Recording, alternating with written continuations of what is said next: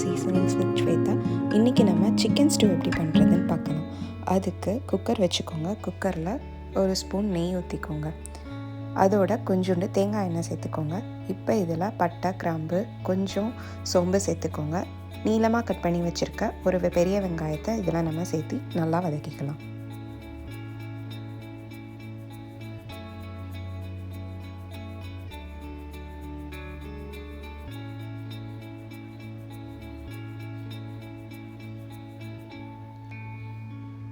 வெங்காயம் ஓரளவு வதங்கி வந்ததும் 3 பச்சை மிளகாய் நீட்டவாக்கில் கீறி வச்சுருக்கேன், அதை சேர்த்துக்கலாம். இந்த சிக்கன் ஸ்டூவுக்கு பச்சை மிளகாயும் பெப்பரும் தான் காரத்துக்கு. இப்போ நம்ம இஞ்சி பூண்டு பேஸ்ட்டும் கொஞ்சம் சேர்த்துருக்கோம், அதையும் சேர்த்து கொஞ்சம் நல்லா வதக்கி விடுங்க. இப்போது கழுகி வச்சுருக்க சிக்கன் பீசஸ் ஆட் பண்ணிக்கோங்க. சிக்கனையும் நல்லா வதக்குங்க. இப்போ நான் கேரட்டும் பொட்டேட்டோவும் சேர்த்துருக்கேன். இது கூட உங்களுக்கு பிடிச்ச வேறு ஏதாவது வெஜிடபிள்ஸ் இருந்தால் கூட அதை கூட நீங்கள் சேர்த்திக்கலாம்.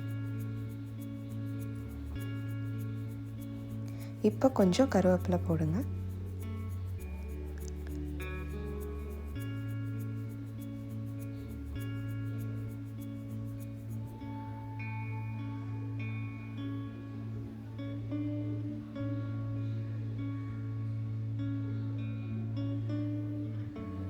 இப்போ தேவையான உப்பு சேர்த்துக்கோங்க. ஒரு ஸ்பூன் பெப்பர் சேர்த்துக்கோங்க.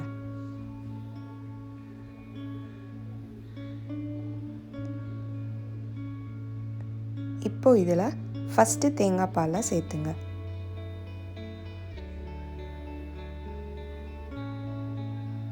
சேர்ந்து நல்லா கலக்கி விட்டுக்கோங்க. இப்போ இதை 2 விசில் வச்சு எடுத்துக்கலாம்.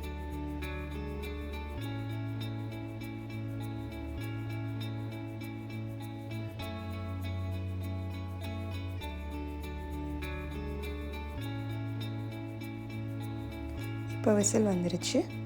இப்போது இதை திறந்து அடுப்பை திரும்பவும் பற்ற வச்சுக்கலாம். பற்ற வச்சு சிம்மில் வச்சுக்கோங்க. சிக்கன்லேருந்தும் கொஞ்சம் தண்ணி இறங்கியிருக்கும். ஸோ இப்போ நம்ம 2வது தேங்காய் பாலை ஊற்றிட்டு ஒரு கிளறி விட்டுட்டு ஸ்டவ்வை ஆஃப் பண்ணிடலாம்.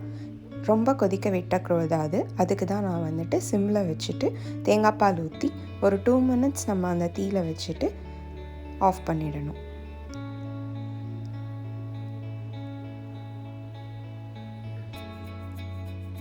இப்போது இதில் நான் நெய்யில் கொஞ்சம் முந்திரி வதக்கி வச்சுருக்கேன், அதையும் நம்ம சேர்த்துக்கலாம்.